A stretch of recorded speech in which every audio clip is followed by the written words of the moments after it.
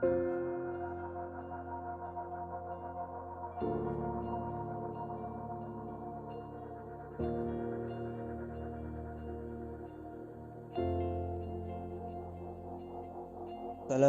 my name is Muhammad Nur Amirul Hakim bin Azhar. My matric number A1880277.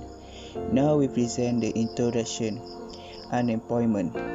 Unemployment means that a person who wants to work with a job qualification does not have the opportunity to enter a job of interest or any other field of employment. The unemployment rate is among those between the age of 18 and 16 who have no job opportunities. Unemployment is one of the major problems in Malaysian economy. This is because of inflow of foreign workers flooding the employment sector in Malaysia, which has left many local workers unable to work. Unemployment category by two. The one is active unemployment, the second is inactive unemployment. For active employment refer to those who have a temporary job where they expect someone or company to call them to work when required by the company, where they will wait for a job when called. For inactive employment worker refer to those who have tried various fields of employment but have no chance and feel that there is no company want them to take the work, that result in them being unemployed for a long time.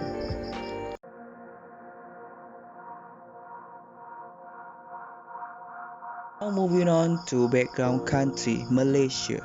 Malaysia is a developing country in Southeast Asia, but do not miss the issue of unemployment that hit Malaysia.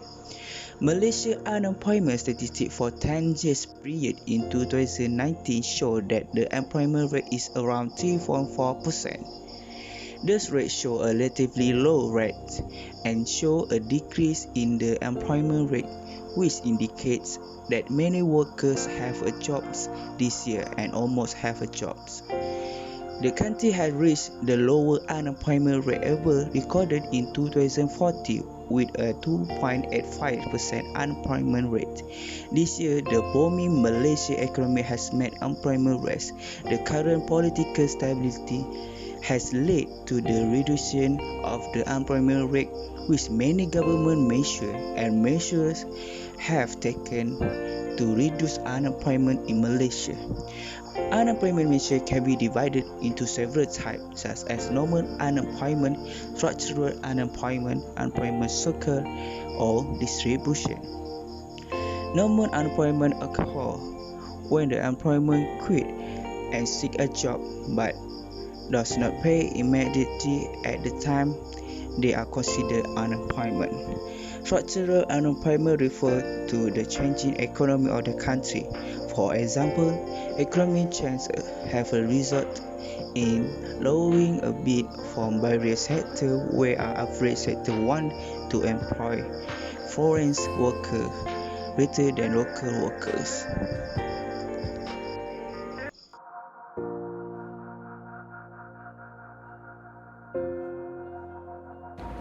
Hi, my name is Rini Atira binti Muhammad Ridwan Tai and my matrix number is A1880799. I will continue the next presentation, which is the country economy condition for the past 10 years. In Malaysia, the unemployment rate is defined as the number of unemployed as a percentage of the workforce. The workforce involves individuals who either working or unemployed. In other words, those who don't have a job but are actively searching for a job. The workforce does not include people who do not seek for work, like children and the retired. In the years 2016, is the highest job loss in Malaysia, which is 3.44%, a 0.34% increase from 2015 years. Total for unemployment people in years 2016 was 504 and 100,000 people compared to 4,050 and 300 people in 2015. according to Principal Statistic of Labour Force Malaysia 2016.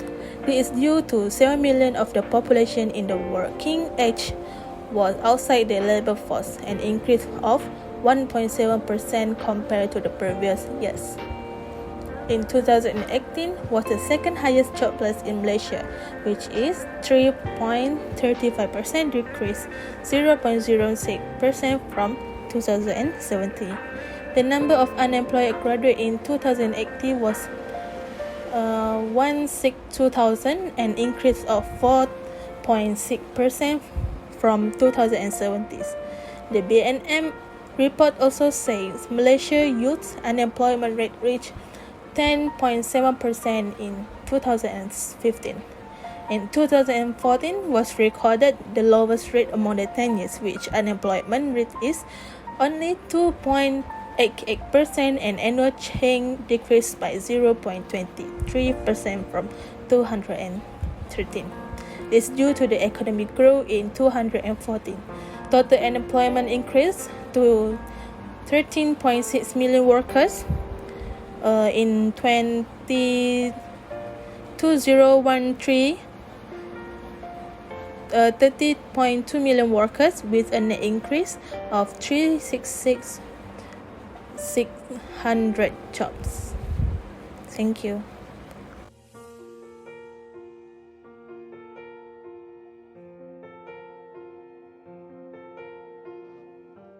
Assalamualaikum, my name is Nurlia binti Majan. My matrix number is A1 at A1000.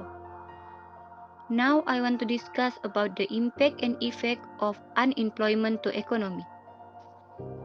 First, unemployment is reducing the output of the country, which in the case of unemployment of worker will reduce the output of some sector of the economy and consequently the country output will decrease. Unemployment does not encourage economic growth. Unemployment can also lower the standard of living of a country by measuring per capita income. After that, unemployment will also reduce the country income, which is when the unemployment rate is high, the income or profit of the employer or firm will decrease. This will reduce the amount of corporate income tax and company tax that can be collected by the government and thus reduce the national income. Unemployment will also cause workers to lose their jobs and indirectly lead to lower income tax. The government will not be able to provide the various infrastructure facility needed to generate economy. Then, unemployment also affect income tax revenue. This is because the income of the country tax exempt country to decline. Conditions do not stimulate investor or entrepreneur to undertake expansion or establishment of new industry. Thus, the level of investment decrease so that economic growth will not be driven. This because the country economy to decline as a result of the shortage of foreign investors. Thank you.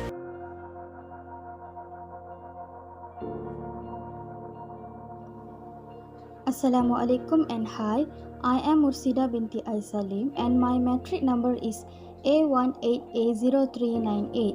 Now I'm going to explain about the economic policies that were implemented by the government.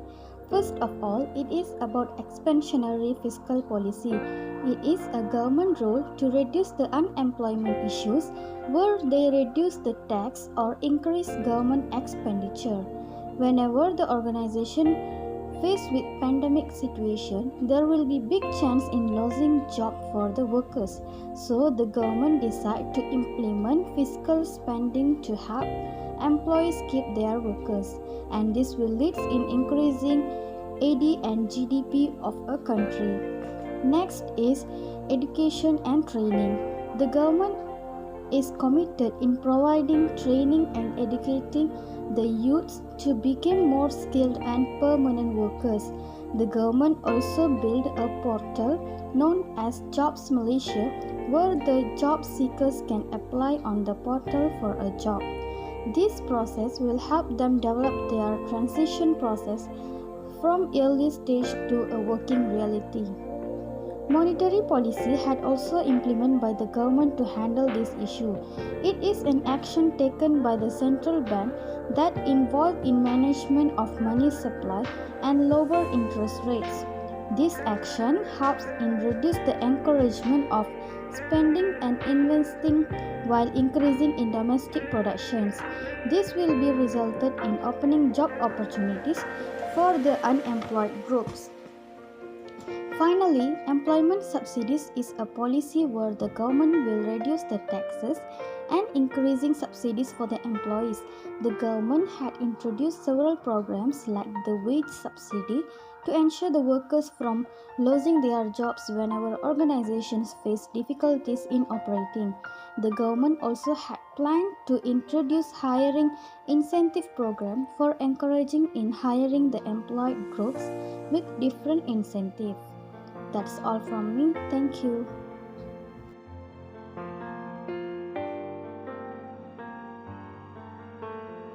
The government role to sustain the economy. The first one is provide financial assistance. This financial assistance should be huge to spend millions of dollars on more development projects simultaneously, because if all development projects are run concurrently, there is definitely a much needed workforce and everyone has the opportunity to work. The second one is promoting jobs in industry which absorb labor. National resource distribution must provide competitively beneficial help to successful sectors. Such activities should have the following characteristics for promoting jobs, such as a competitive advantage, global growth potential, and either direct or indirect job opportunities on a large scale through domestic economic linkage. The third one is move from a labor-intensive to a knowledge-driven economy.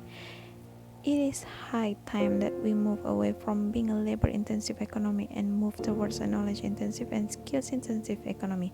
The government needs a comprehensive carrot and stick system to facilitate business adoption of technology. Next is diversifying the economic sector. This way too, one employee's objective will be reduced because they will be assigned by another. It will also bring benefits to the ecosystem, the people who work and the people who will find a job. This can dramatically reduce the unemployment problem. The last one is monetary policy. Decreased bank rates or discount rates can reduce unemployment. During unemployment, the central bank will lower the bank's rate on the commercial banks. Banks rate are the interest rate charged by the central bank on commercial bank loans. When central banks lower their bank rate, this will cause commercial bank investments to lower interest rate on public lending. Low interest rate lead to increased investment. This causes job opportunities to rise and unemployment decrease.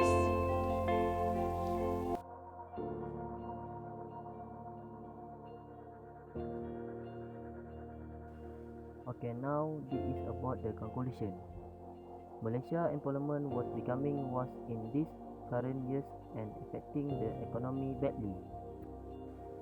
This is because most of the people are not at all committed towards their work, and even some of them feel that can make profit by learning new skill and knowledge.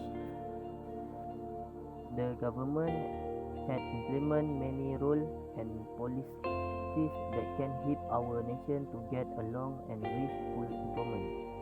We know that it is not that much easy to be concerned with this issue, but the government is trying to reach the objective slowly.